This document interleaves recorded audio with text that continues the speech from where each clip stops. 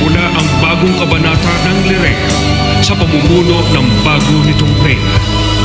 At ang pagbitiw ni Dalaya sa tungkulin bilang hara ay naging daan upang magsimula ang bagong kabanata ng Lireo sa pamumuno ng bago nitong reyna. Ashley Bolive, Reyna Allen.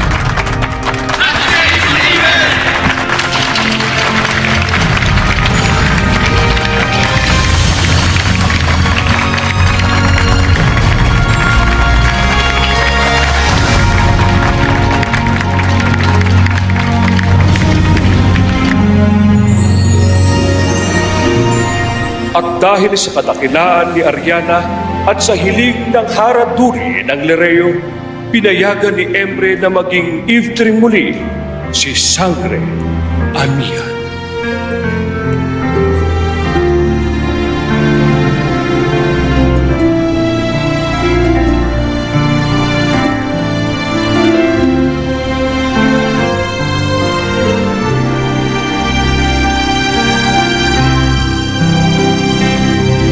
Sa pangarap lang makakamtan ang inaasal.